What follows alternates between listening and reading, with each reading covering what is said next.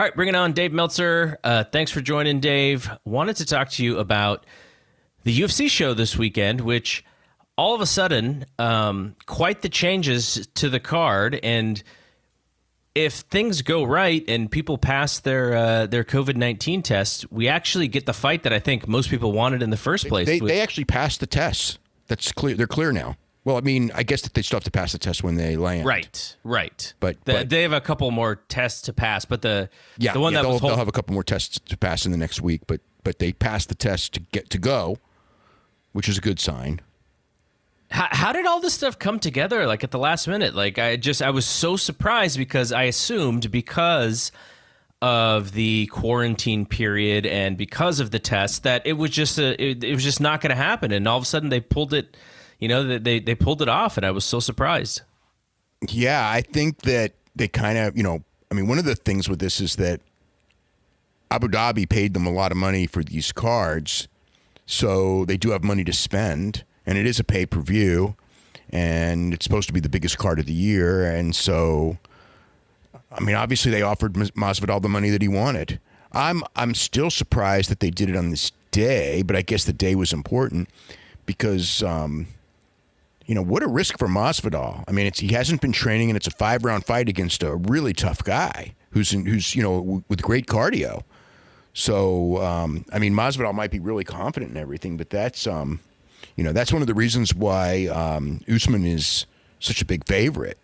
If they were going in under even circumstances, although obviously for Usman, he trained for a completely different type of fighter, but still from a conditioning standpoint, he should be way ahead. And in a fight like that, if Masvidal's got to get him early, and obviously he could, and that's the key to this fight is he's got to get him early in the fight, I think.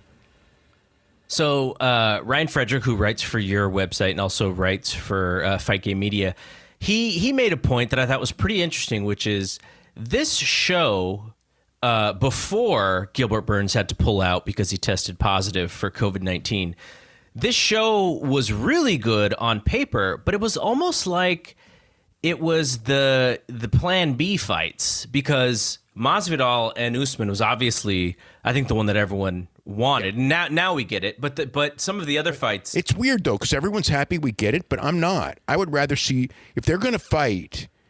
I would rather see them fight at their best rather than fight in name only, which is kind of how I look at it. It's like because if Masvidal goes in there and just runs out of gas and everything, it's kind of like he's blown his opportunity and he has earned a real opportunity and he's getting, what I call a handicap match, so to speak.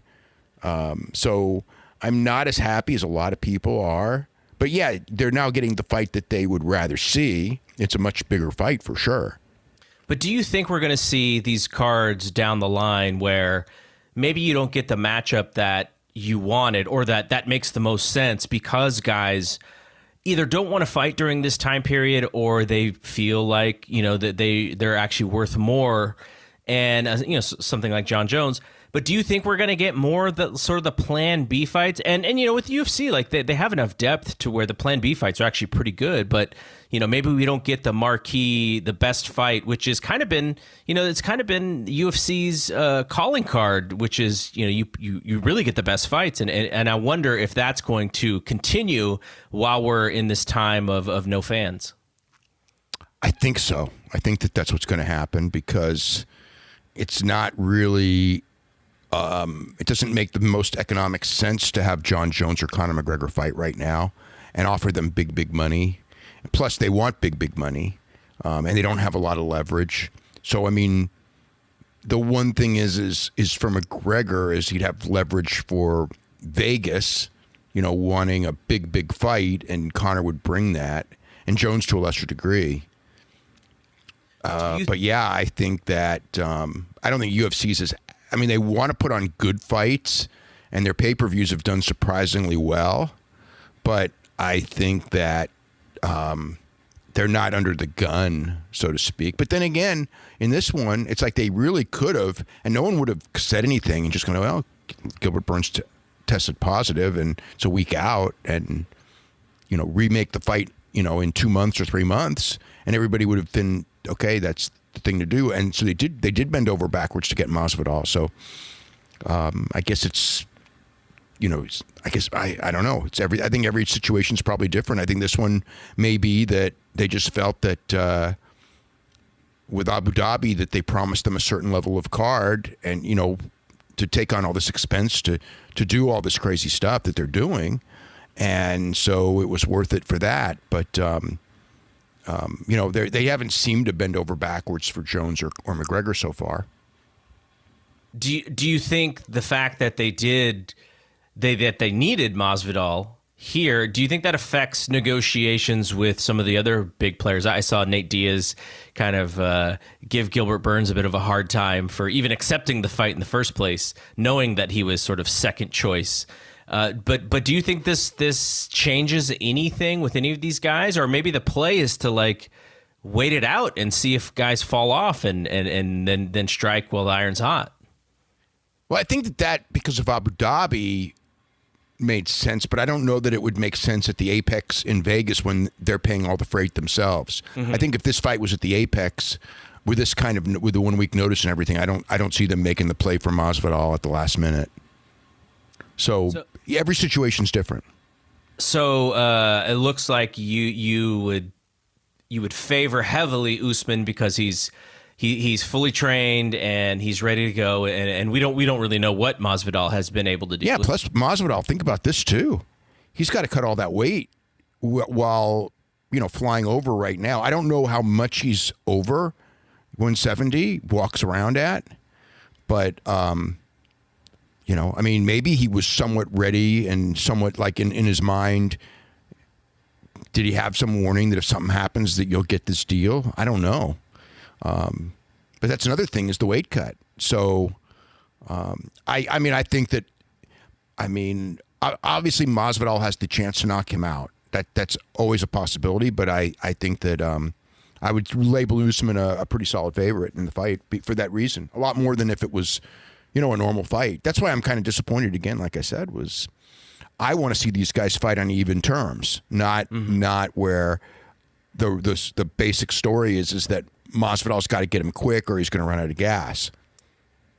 What's interesting about these fights during this time period, though, is I almost feel like nobody is really at their best, and if nobody is so completely at their best because the training partners aren't there. But some people have a huge advantage over the others. Mm-hmm. Like the people who are willing to violate the mores of society have a huge advantage over the people who don't want to do that. Like with Max Holloway, literally training via Zoom with no training partners against a guy who may be in the gym with his training partners. Yeah, it's that's another handicap. It's weird because. And even with Cormier and Miocic, it's we're going to get Cormier to fight, but he's, he's going to be training in his home gym, not at his regular gym. Mm-hmm. So it's, it's a different kind of motivation, and maybe it works out. The one thing Holloway was talking about with this fight is that usually when you go into a fight, because you've done all that training and sparring and all that stuff, that you're all beat up.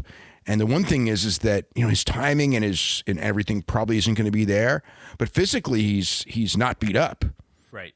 So we'll see. Bisping did that with Luke Rockhold, where he came in and but then if you remember that fight, it still only went one round. But yeah. Bisping felt really good because he didn't wear his body down with all that stuff. But if Bisping didn't get that one punch in at the right time, that fight may have gone very differently and probably would have.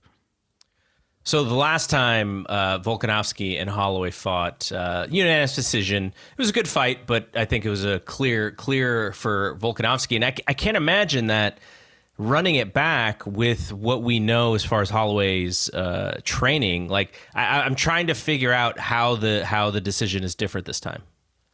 Yeah, if you watch the first fight, it was pretty solid who the better fighter was. All 5 rounds. So it would have to take, either an injury or something. But, there's the pandemic. We don't know how sharp Holloway's going to be. There's all the different questions, but based on the first fight, I was not that excited over a second fight because it's kind of like this wasn't like an even fight, went back and forth. Somebody tagged the other guy, and it could go. You watch the fight and go either way.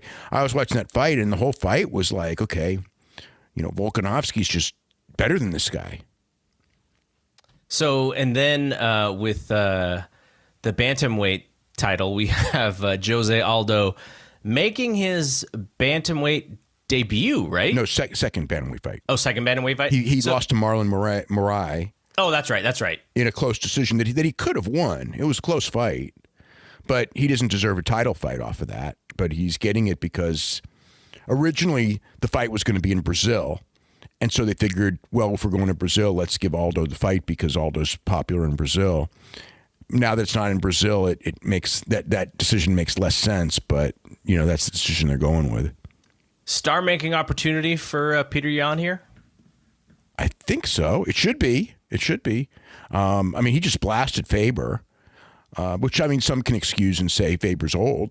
So what do you think about this bubble idea? I know the NBA is going to try to pull this off for a number of months, and the UFC only has to do this for about a month, but... Really 2 weeks. It's the 11, 15, 18, 25. Right. Yeah, you're right. It's not as long. Just the you can take all the protocols and you can watch people and you can make sure that people are out of the bubble or people who are out of the bubble don't come in, and guys who are in the bubble don't go out. But just like this it's if I was if I was in the bubble. And, in the NBA, they're going to allow media but you have to be in the bubble for the media. But just, it's got to be one of the scariest things of because there's so much unknown as far as what's going on. And I know the UFC is being really safe as far as all the testing, but still, I just can't imagine, trying to do your job in this environment. Yeah. Everyone's like a guinea pig in this. This is kind of like the guinea pig for the NBA short term.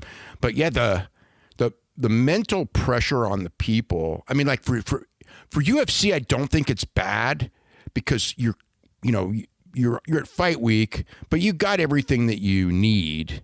And it's only for whatever it is, a week or two, whatever it's going to be. It's not a long period of time. Whereas the NBA, you can go stir crazy.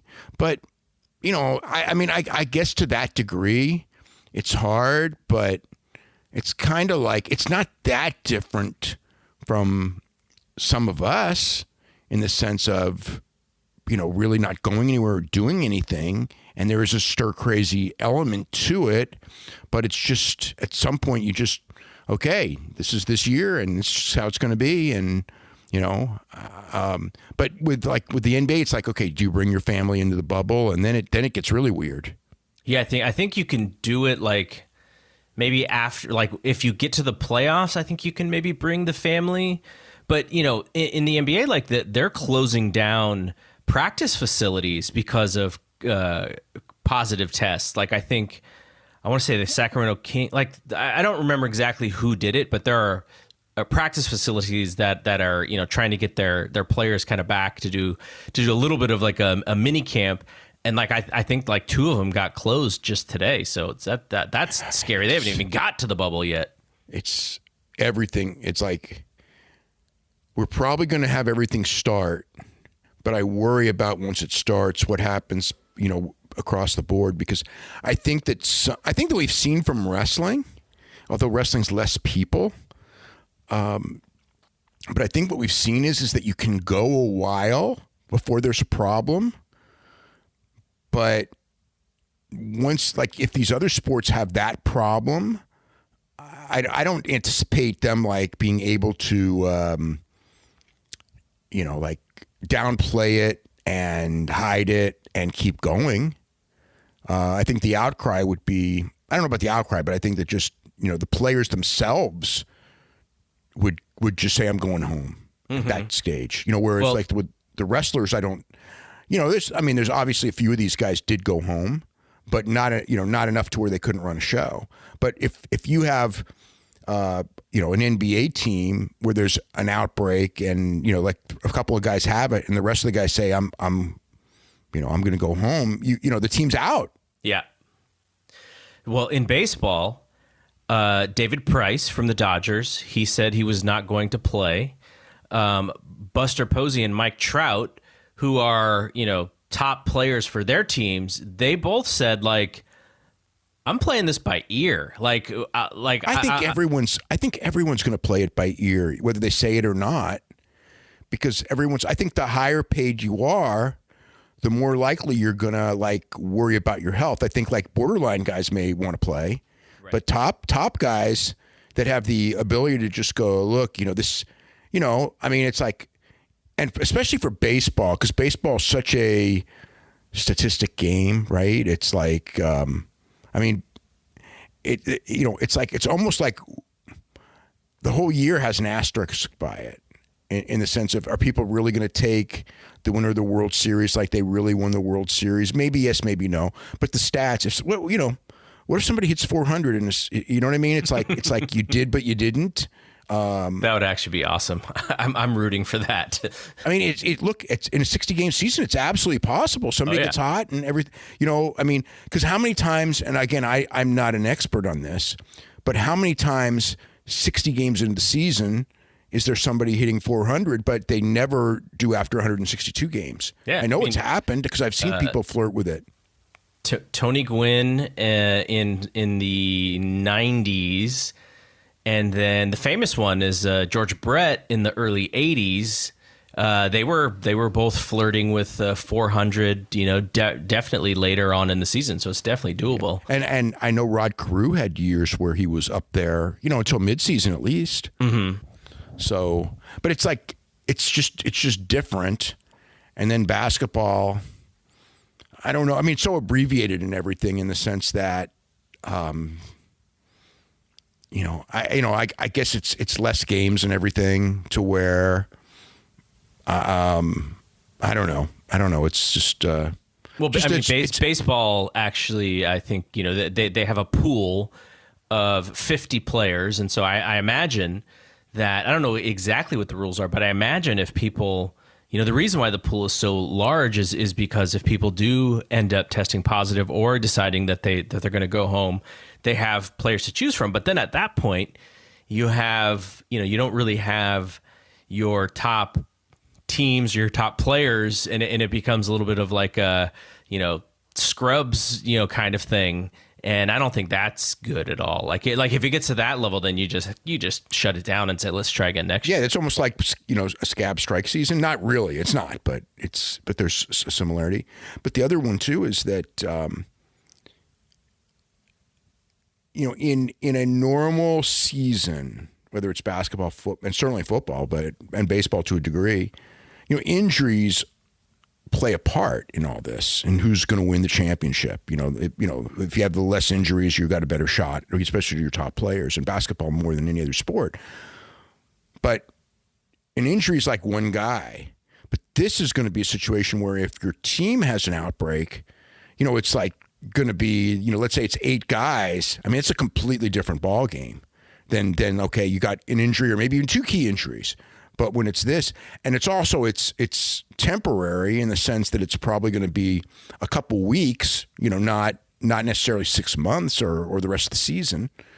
But we're also cramming, the seasons are shorter, so it means more to the season. And what if, okay, let's say a bunch of guys, do we have doctors that clear them early? How, what I mean? Because how doctors are when it comes to team sports. They're sometimes they're not going to err on the side of caution, especially in the middle of a season or with playoffs in play. Yeah, I mean, look at the wrestling doctors are telling these guys, oh, you're okay, quicker than maybe another doctor would. I mean, I'm certain of that. Like, how could you, if you understand how the test works, like how can you be comfortable unless you pass 3 tests in a row? Like with just one test, you're like, oh, okay, you're probably fine. Yeah, but the thing is, they in both of those sports, I presume they're going to be tested all the time, every day, I would daily, but it's probably going to be a couple times a week, and that's enough to where you're probably That's probably as good as you're going to get. Nothing's 100%, but I wouldn't be too worried about 3 times a week testing. I would be a lot more worried if I was going in there and they were just taking my temperature like with WWE. Yeah. I know in Oakland for the A's, I think their players took tests on Thursday, and because of the holiday, I don't think they're going to get them back until like tomorrow or maybe even Tuesday. So imagine you're trying to run this little mini camp, and you can't actually do anything until these folks test negative. Yeah. I just can't wait until this is over. We don't have to talk about this constantly, but it's the reality for, for several more months, and maybe a lot longer. If you were to guess, because I would imagine, I've heard Dr. Fauci say that, what he thinks, but like, are we in the, it's nowhere near, I don't think it's half, right? It was probably like only 25 or 30% into this thing. I don't know. I haven't asked enough experts on, so much depends on, unfortunately, things that we didn't do that other countries did. We've got a percentage that's way too high of deniers, and they're so denying now, and it ruins it for the ones who aren't. And so I expect, as far as this country goes, that we're in trouble until there's a vaccine. Mm-hmm. At the vaccine level, then I think everything will be okay. But on a very on an optimistic basis, maybe that's early next year, but it may not be. And it's affecting, it's like our kids' schools, what's going to happen. It's everything, you talk about the doctors, wanting to speed things along. Like the school that Crystal's going to work at, as of at least a couple of weeks ago, they were talking about, kids are going to be back in full and they don't have to wear masks and X, Y, and Z. Like they were full. Like Plan A was that's not gonna fly. No, not at all. Not in September. That's not gonna. A couple of months ago, you might say, well, by September, and I would have thought that, but I'm pretty sure that maybe second semester, but I don't see it even possible in September that you can do that. But I've heard the same thing as far as my daughter was.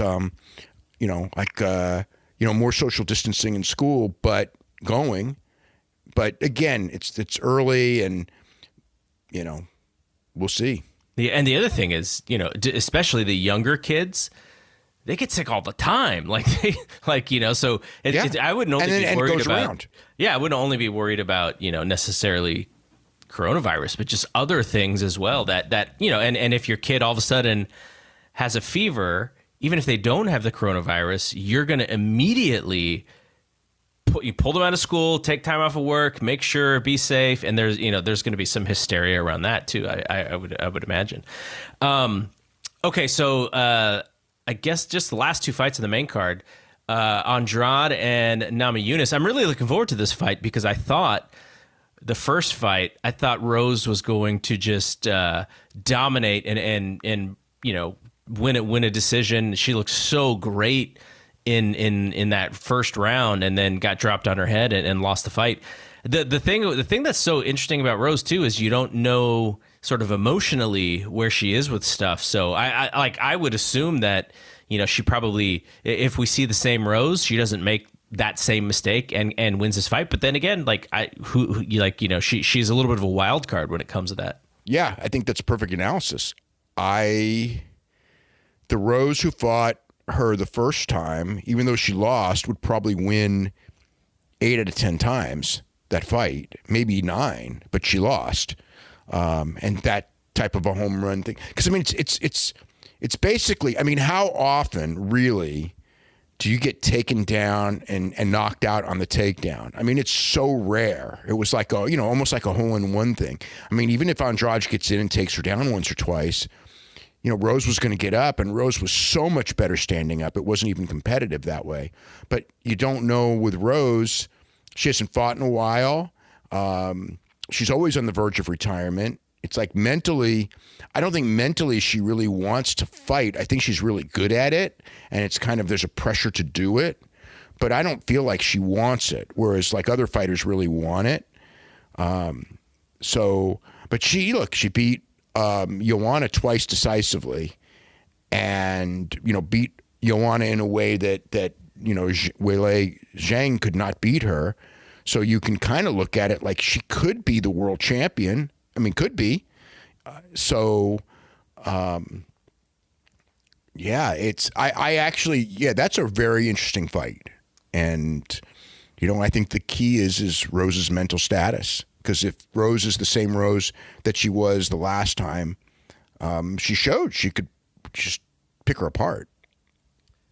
I wonder if basically her fiance being a big part of her training, I wonder if that helps in this time. I would imagine somewhat it does, at least if you're living with the person who really helps you out. Yeah, I'm really think so. And he's got a lot of experience, preparing for a fight and things like that.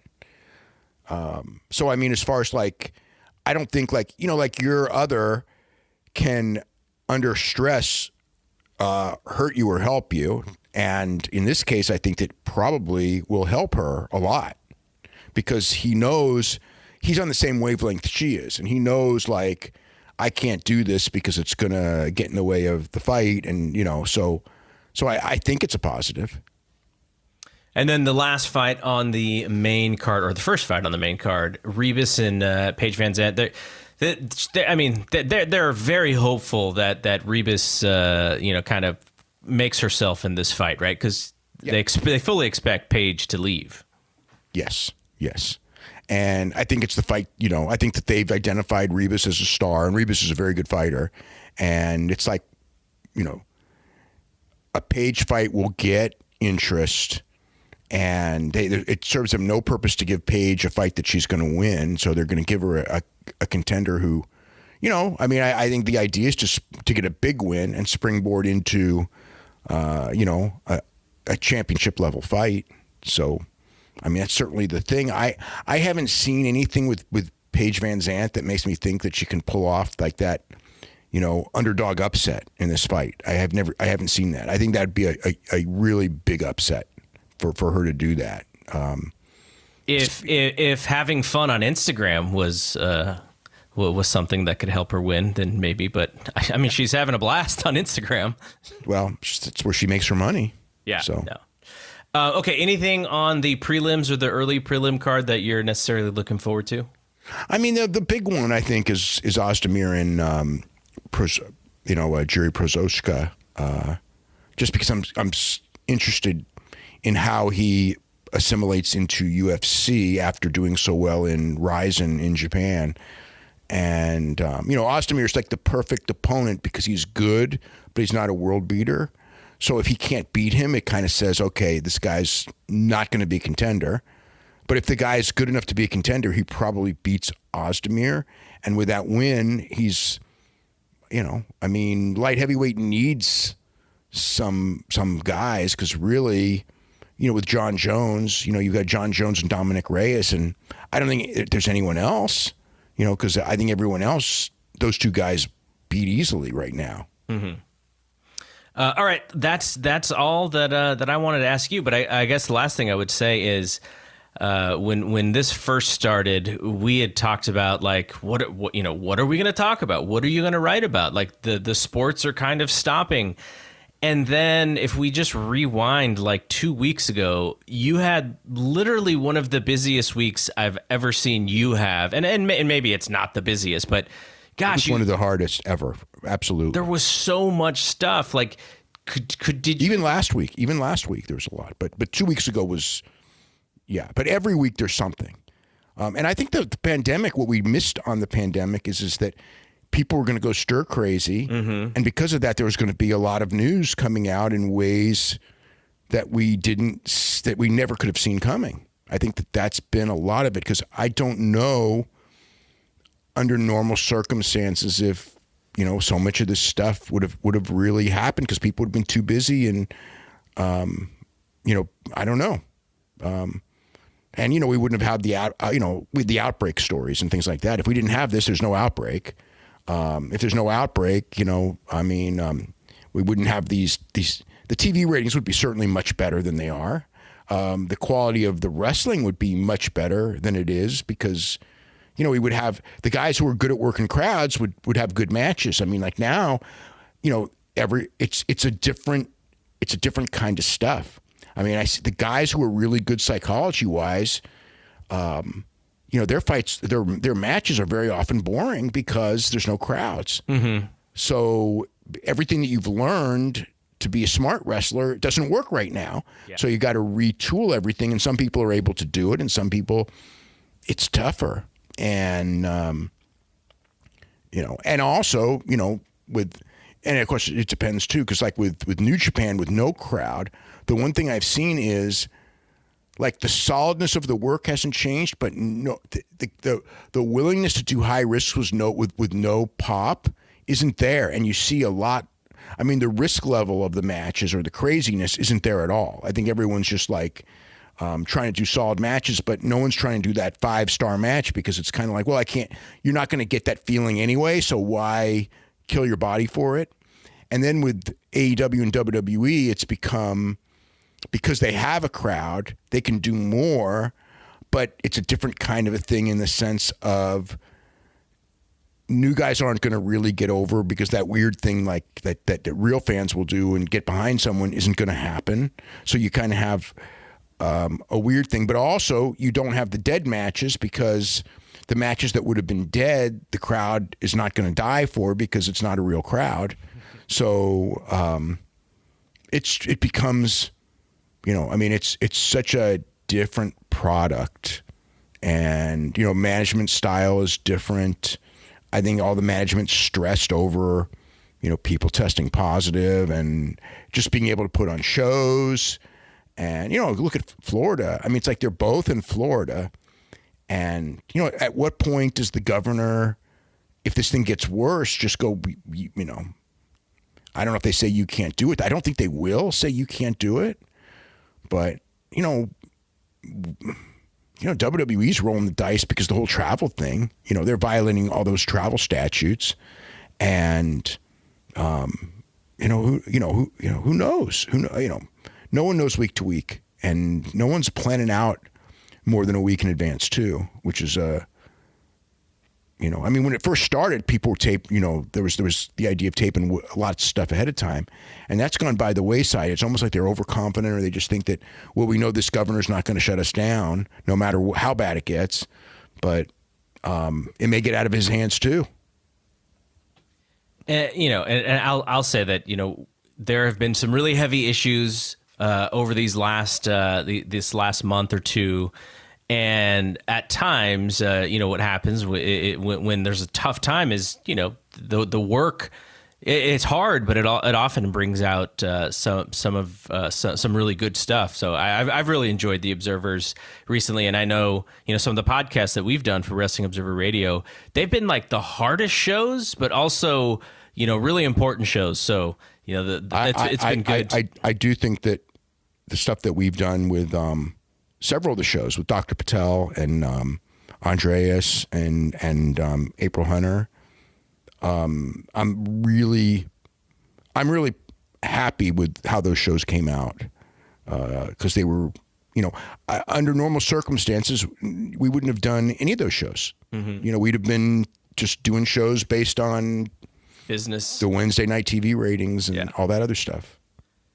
Yeah, it's been good.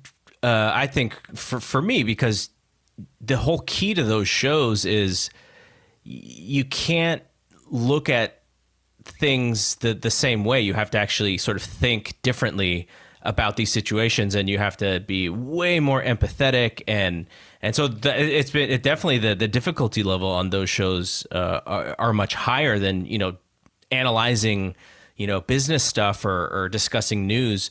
but also, maybe the most fulfilling when it comes to actually doing the work, because I know for on my side, I'm forced to kind of dig into stuff a little bit deeper than I necessarily would have. And, following the news and following what's going on in the world just in order to do a wrestling podcast is kind of crazy if you think about it.